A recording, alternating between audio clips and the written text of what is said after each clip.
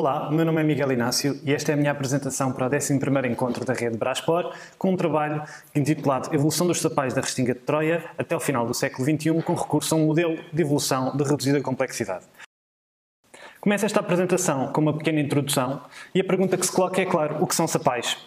Sapais são ambientes intertidais e que, portanto, existem nos limites da maré. São também ambientes que podem ser encontrados ao longo da faixa litoral, idealmente em áreas de baixa energia. Nestas áreas existem normalmente dois ambientes distintos, o raso de maré, uma zona não vegetada, e o sapal em si, composto por vegetação halófita e, portanto, com uma grande tolerância ao sal. Ainda dentro dos sapais é possível encontrar dois subambientes, que chamamos baixo sapal e alto sapal. Há ainda funções muito importantes associadas a estes ambientes. Um deles é o facto de serem a primeira barreira de proteção da linha de costa em ambientes estuarinos. Junta-se o facto de englobarem uma grande quantidade de biodiversidade, o facto de serem ambientes filtradores da qualidade da água no interior de um estuário e depois o facto de, proporcionalmente à sua área, serem capazes de capturar uma grande quantidade de carbono orgânico, o chamado Blue Carbon. E, portanto, há uma questão que é importante colocar, que é como irão evoluir estas áreas de sapal até ao final do século XXI. A área de estudo definida nesta apresentação localiza-se em Portugal continental, no distrito de Setúbal, no segundo maior estuário português, o estuário do Sado. Este estuário separa-se do Oceano Atlântico por uma restinga arenosa, é a restinga de Troia. Os sapais da caldeira de Troia se dividem no setor norte e no setor sul. Temos ainda os sapais da Malha da Costa, também divididos no setor norte e no setor sul. E, por fim, os sapais de Troia Comporta, também divididos entre o setor norte e o setor sul. Passo agora para a apresentação da metodologia. Quando pensamos na evolução das áreas de sapal para o futuro, pensamos essencialmente no balanço entre as taxas de sedimentação no próprio sapal e as taxas de subida do nível médio do mar. E como é que todo este trabalho é feito? Bom, recorrendo essencialmente a modelos numéricos. Neste trabalho utilizamos um modelo numérico de reduzida complexidade desenvolvido por nós, que utiliza 4 parâmetros fundamentais.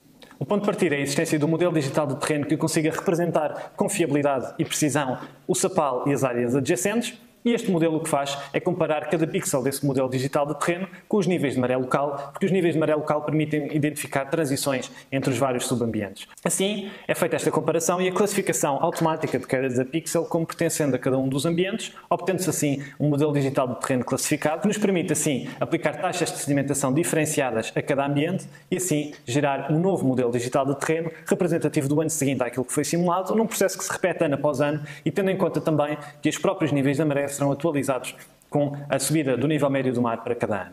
Temos um nome provisório que é o Simplified Marsh Evolution Model e vou falar-vos agora um pouco sobre cada um destes parâmetros e como os podemos obter. Os níveis de maré local podem ser obtidos de diversas formas. Podem ver aqui os 3 ambientes, o raso de maré, o baixo sapal e o alto sapal, e como vos disse, é possível associar a transição destes ambientes aos níveis da maré. À transição entre o raso de maré e o baixo sapal associamos o pré-mar de águas mortas.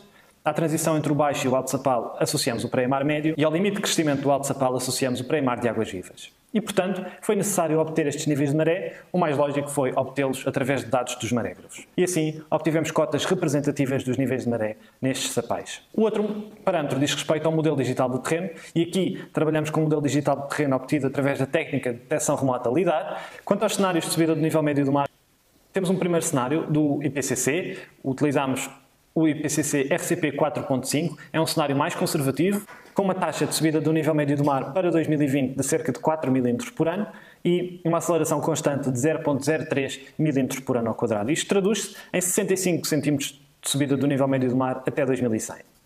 Um cenário intermédio, publicado por Antunes 2019, é um cenário local da Faculdade de Ciências, é o MOD FC 2B, o tal cenário intermédio, tem uma taxa de subida do nível médio do mar para 2020 de cerca de 2 mm por ano e uma aceleração constante de 0,158 mm por ano ao quadrado. E tudo isto traduz numa subida do nível médio do mar de cerca de 1 metro até 2100. Depois um cenário mais gravoso, o cenário da NOAA, o NOAA Extreme, este aqui com uma taxa de subida do nível médio do mar para 2020 de 9 mm por ano e uma aceleração constante de quase meio milímetro por ano ao quadrado e tudo isto traduz-se numa subida superior a 2,5 metros até 2100. O último parâmetro diz respeito às taxas de sedimentação e aqui utilizamos dados de Cunha et al. 2018 e os valores obtidos foram de 2,7 mm por ano para o raso de maré e 2,9 mm por ano para o alto e baixo sapal. Passamos agora à apresentação dos resultados, que vai englobar também uma pequena discussão. E vou apresentar-vos os resultados consoante cada cenário de subida do nível médio do mar. Assim, o primeiro caso, quando o mar vai subir apenas 65 cm até 2100, e o que podemos esperar caso o mar suba apenas 65 cm até 2100, é que não hajam alterações muito significativas até ao final do século. Podemos ver ainda dois exemplos, o caso da caldeira de Troia Norte. A área é praticamente a mesma, vemos alguma alteração entre a distribuição de alto e baixo sapal, com o baixo sapal a ganhar alguma dominância em relação ao alto.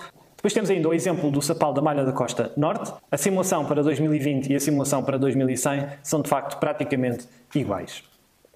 Passamos agora ao caso intermédio, com 1 metro e 11 centímetros de subida do nível médio do mar até 2100, e aqui sim já conseguimos perceber algumas diferenças, quer na área, quer na distribuição de alto e baixo sapal. Como podem ver, a área total perderá algumas dezenas de hectares e o alto sapal vai também ser muito mais reduzido proporcionalmente em relação ao baixo sapal. Podemos ver ainda outros dois exemplos para outros dois sapais. O caso da caldeira de Troia Sul, onde a área atual de sapal praticamente desaparece e o que permite que haja alguma manutenção da área total é a possibilidade de expansão do sapal para a terra. E depois outro exemplo, o da Troia Comporta Norte. Neste caso, a área de sapal é praticamente igual entre 2020 e 2100. A grande diferença está que a área que atualmente é ocupada por alto sapal passará a estar maioritariamente ocupada por baixo sapal. E o último exemplo é quando o mar sobe 264 cm até 2100, e aqui sim podemos esperar alterações muito significativas. Uma primeira fase em que o alto sapal é substituído por baixo sapal, e depois, a partir de meados do século, há uma perda muito generalizada da área total.